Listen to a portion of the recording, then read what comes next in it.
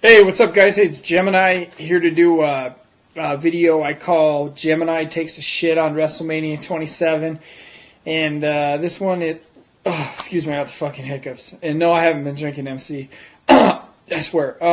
Anyways, just ignore the hiccups. Who cares about that? But anyways, this is a video response to Mr. Steviebreech. Mr. Yeah, come on! Well, now... Mr. Steviebreech, you know, he made a video earlier defending WrestleMania. So basically in this video, I'm going to shit all over WrestleMania goddamn hiccups. WrestleMania 27. So, but first, I have a good authority that Breech burns his barbecue in the summertime. And that boy can't barbecue for shit. Now, if you really want to barbecue, I'm where I say I'll do chicken, ribs, steak, whatever you want. And I will own Mr. Stephen Q. Breech in barbecuing. So anyways, goddamn hiccups. This video is not about freaking Steviebreech. Well, it kind of is because he defended WrestleMania 27. Mr. Burn his barbecue boy. Wait, did I say that? Burn his barbecue boy. Barbecue Burn Boy. We'll call him the Triple B, the Barbecue Burn Boy. What's up, Triple B? Anyway, so we'll talk about WrestleMania 27 here. Now, made some valid points, made some interesting points. Now, you observed the show live. So, of course, it's going to be skewed when you saw it live because I went to WrestleMania 23 in Detroit, one of the greatest cities in the world. Big ups to Detroit. People shit all over WrestleMania 23, but I love WrestleMania 23 because I was there live and I got to see the magnificence known as Shawn Michaels wrestle live in the main event with John Cena. It was tremendous to me. So your idea of a live event is always going to be skewed because, you know, you didn't see the pay-per-view presentation as it happened. I watched WrestleMania 27, and to me, it looked like another Monday Night Raw. And there was a lot of things on it that really didn't make a whole lot of sense to me. I really didn't like it. I mean, I could start with Jerry the King Lawler and Michael Cole was just awful. I mean, the fans were starting to get pissed. I mean, that needed to go a hell of a lot shorter than it did.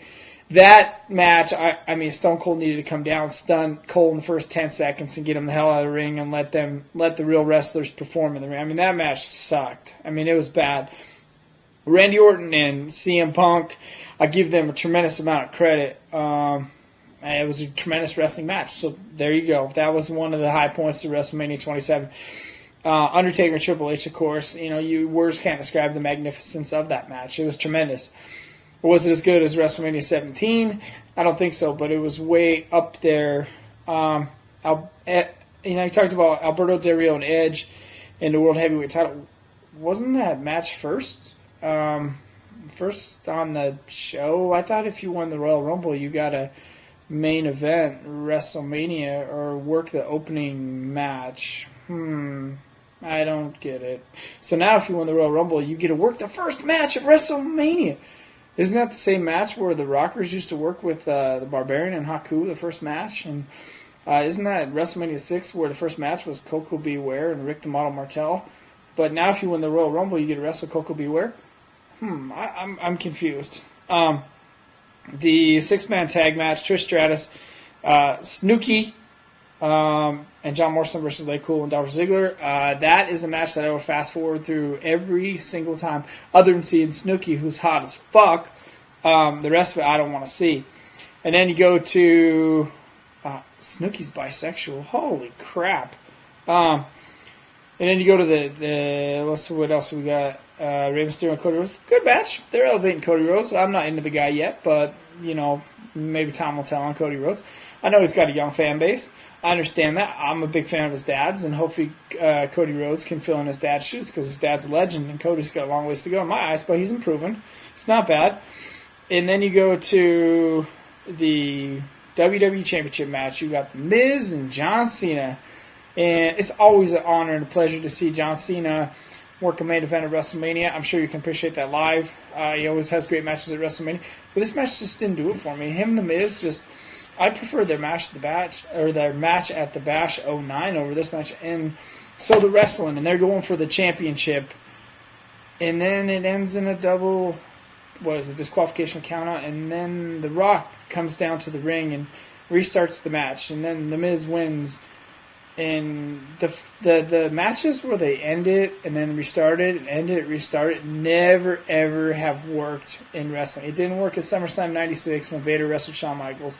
It didn't work here. And then of course, WrestleMania 27, or they're going at it and the Miz wins, and then the Rock gets in there, and it was great to see the Rock back. That was an exciting moment. And then the show ends with the Rock standing tall and the other two people laid out. And it ends with The Rock, even though he was the host and he didn't do much. But it was great to see him there. But I hate to tell you this, but WrestleMania 27 is always going to be WrestleMania 28's bitch. And it's always going to look like another Raw taping. It's always going to look like it was just basically there to sell TV for the next night. And since when does WrestleMania not... stand out from Monday Night Raw the next night? As far as I remember, I think Raw the next night was better than WrestleMania 27. Now, I wanted to go to Atlanta. I admit it, I didn't have the cash. Still don't have the cash, and that's fine. But I really wanted to go. I was looking at flight tickets and whatnot, and I wanted to go.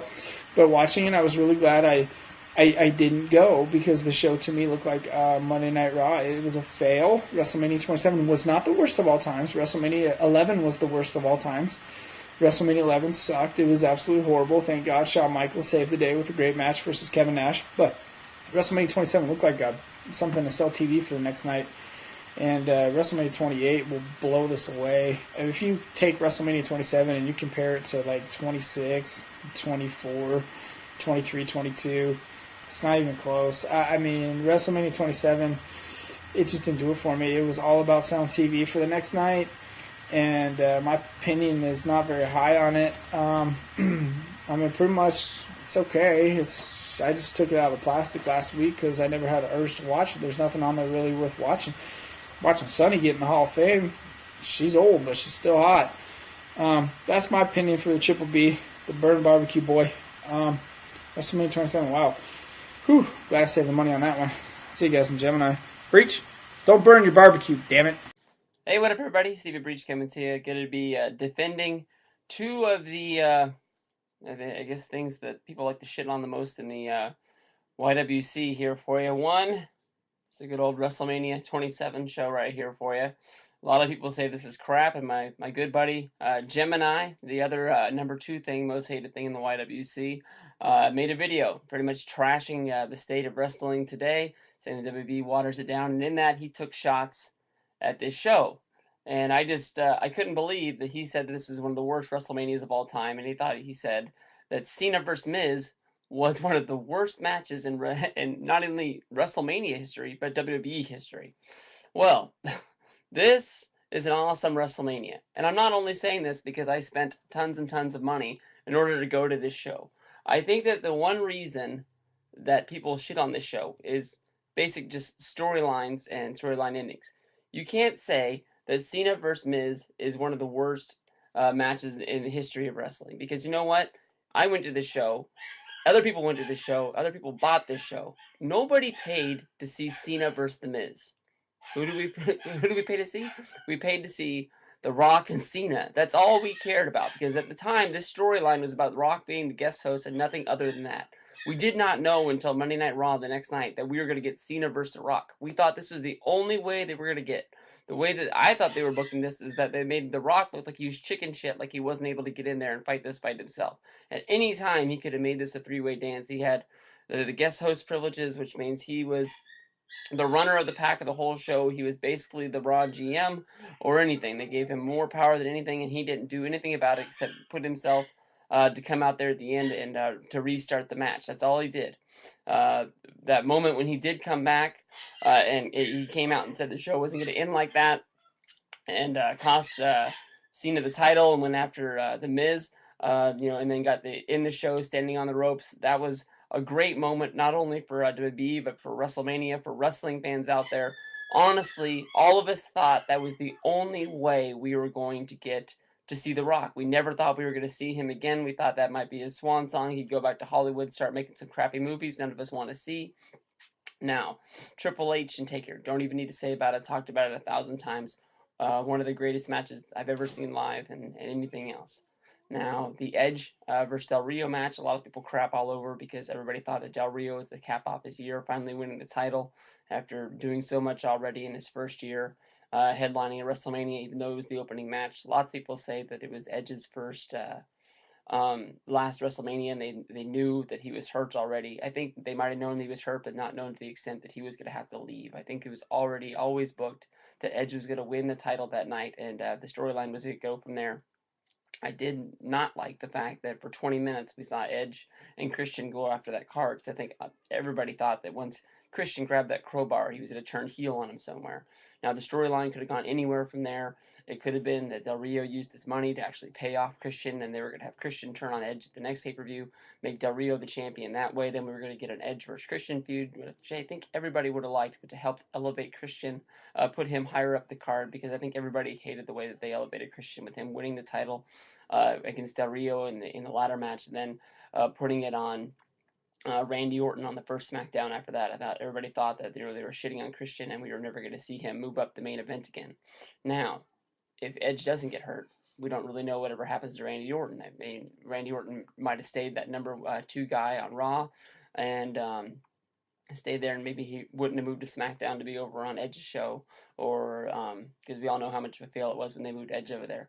There is shit on this show. I hate what I call the Core versus SmackDown Dream Team show. I do think that what they hinted on with the Core versus Nexus, I thought that would have been a great a great match to have at WrestleMania. They hinted it at the Rumble. They sort of used the whole Nexus kicked out of the feud with Randy Orton, which made the Randy Orton versus CM Punk match, which is a great match on this show, probably the greatest wrestling style match that's on this show. That made it even better when you finally saw Punk versus Randy Orton go face to face when he tried to slide in the ring to try to save, I think it was Mason Ryan from getting punted, the last guy that was going to be able to help him. Now, you also had Cody Rhodes help get elevated up the card by Rey Mysterio, which is a great match. 2 WrestleManias in a row. Mysterio, a guy that I don't like, but if he puts on a great match, I will give it to him and say, that's a good match, and I respect him for it. I will never pay to see one of his matches just for him. I only have one of his DVDs, and I'm not really looking forward to getting the other ones because I just don't think I can sit down and watch Mysterio after Mysterio after Mysterio. It's just not my thing. But if he does put on a good match like he had with CM Punk, like he had with Cody Rhodes, I will give it to him. Those are 2 great matches to watch that are on here. Let's see, the Cole versus Lawler match. I don't think anybody needed to see that. The only moment out of that that's really good is when Swagger's doing his push-ups, and he gives you that epic Swagger face when the Stone Cold music comes down and him stunning everybody. But this is a good show. I mean, you can't go wrong with this. Pop this in, you will watch this, and you will like this. There's no way in the world this is the worst WrestleMania of all time. There's no way that the Miz versus Cena match is the worst of all time. This is good shit here. I will link the Gemini video, because probably a lot of you don't know about his new account. It doesn't really matter. It'll probably be closed if you watch this in a week or not. But that's just the way he does things, and we'll go from there. But thank you very much.